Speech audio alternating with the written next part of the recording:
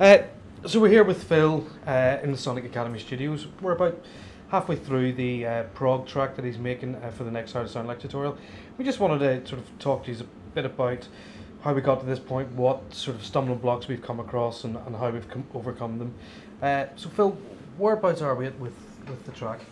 Well, we've pretty much got the beats, the bass line, and a couple of the sort of stab sounds. The stabs are where we're working at the minute. We spent a good bit of time to try and sort of nail down the sort of genre, the type of track we were looking at. We've looked at the sort of Daniel Portman style stuff and some Pryda stuff, and we came down to the sort of Daniel Portman sort of a bit more driving proggy stuff, but with a bit more of a sort of melodic breakdown to sort of try and create both sort of styles in one, or just to give you the essence of melody and stuff.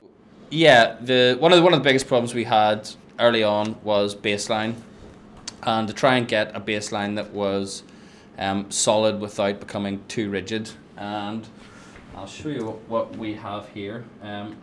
There's actually two basses in. I'll just leave it around a bassy part.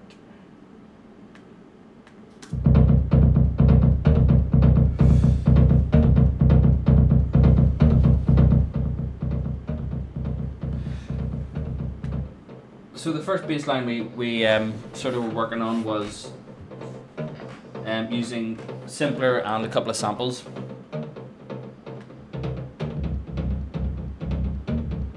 And then using velocity filters to sort of create a bit of the accents on the notes. But it just started to sound a bit rigid, as if it didn't have any movement or life or something. It actually sounded like a sample being triggered, and it was sort of, although there was maybe groove or swing put into it, it didn't sound organic, I suppose. It sounded, a sample. But with just pure analog stuff, you couldn't get that sort of hit on the top. There's like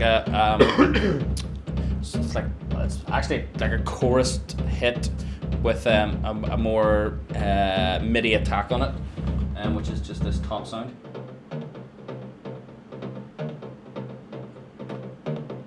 So take the chorus off and you can sort of hear. Gives it a bit of breadth of width, and gives it just a bit more, I don't know, texture. And then we've added on to that just the Moog bass preset from Silent, and just turned the filter down a wee bit on that.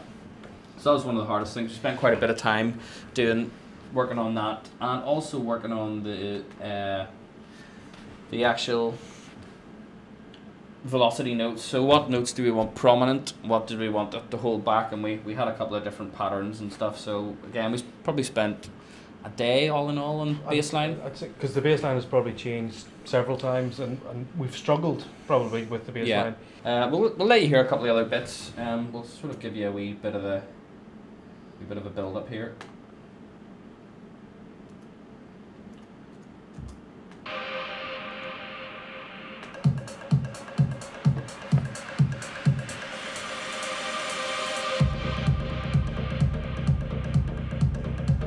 All the sort of synths and stabs and stuff just come in here a bit, so they're not arranged out or anything. So.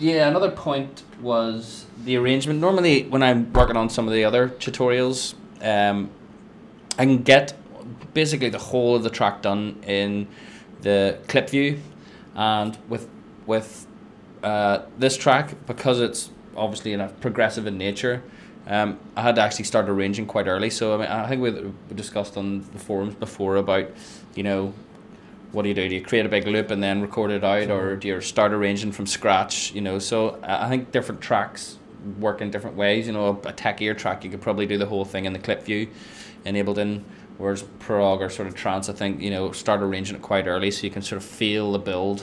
Cool. So that's us so far. I think we're on day 37. day 3 or 4 probably. And I would say there's another couple of days. A couple of days before it's completed and yeah. to record. So we just want to try and give you a bit of insight into the actual creation process, and we'll maybe do another wee catch up tomorrow. Cheers, guys.